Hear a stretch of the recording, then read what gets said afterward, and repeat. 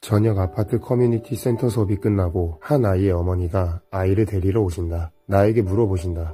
오늘 애가 말을 잘 들었나요? 어땠나요? 나는 그저 평범하게 흔히 오가는 질문인지라 아이에게 너스레 말했다. 에이 그니까 좀 잘 듣지 그러니 하하하. 그러자 어머니가 말씀하신다. 어떻게 안 들었는데요? 너무 진지하게 물어보시길래 아이의 태도에 진심이시구나 라는 생각이 들어서 심각하게는 받아들이지 않게 말씀드렸다. 그냥 제자리로 돌아오라고 하면 재밌게 노느라고 두세 번 이상은 얘기해 오는 정도예요. 근데 이건 해당 연령에서는 흔히 있는 일이긴 합니다. 그렇다. 실제 유치원 어린이집에서는 흔히 있는 일이다. 그러자 어머니가 아이를 향해 훈육을 시작한다.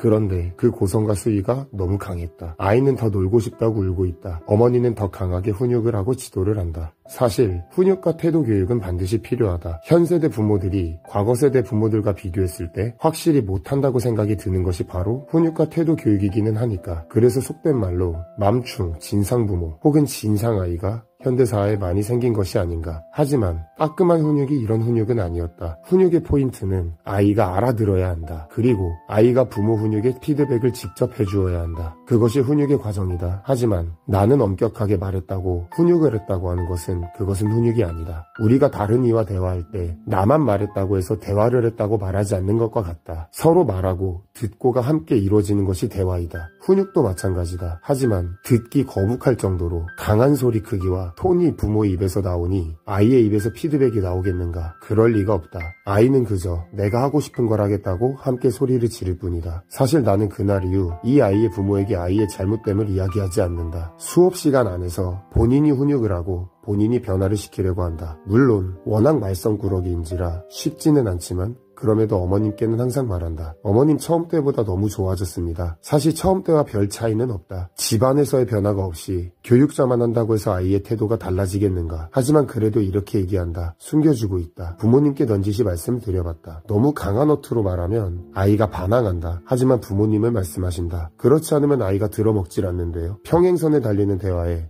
그렇군요. 힘드시겠어요. 라고 할 뿐이었다. 퇴근길 생각이 많이 들었다. 하지만 생각을 거듭해도 이 상황에 결국 스스로를 지키기 위해서는 아무리 생각해봐도 그렇다. 그러시군요. 힘드시겠어요. 이 말밖에 할 수가 없었다. 아이를 무책임하게 내버려두고 교사를 탓하는 부모에게도 아이를 과하게 강하게 훈육을 해도 이 말이 결국 스스로를 챙기는 방법이었다. 이기적인 발상임은 알고 있다. 하지만 그럴 수밖에 없는 스스로의 선택이 조금은 가슴을 찜찜하게 만들고 있을 뿐이었다.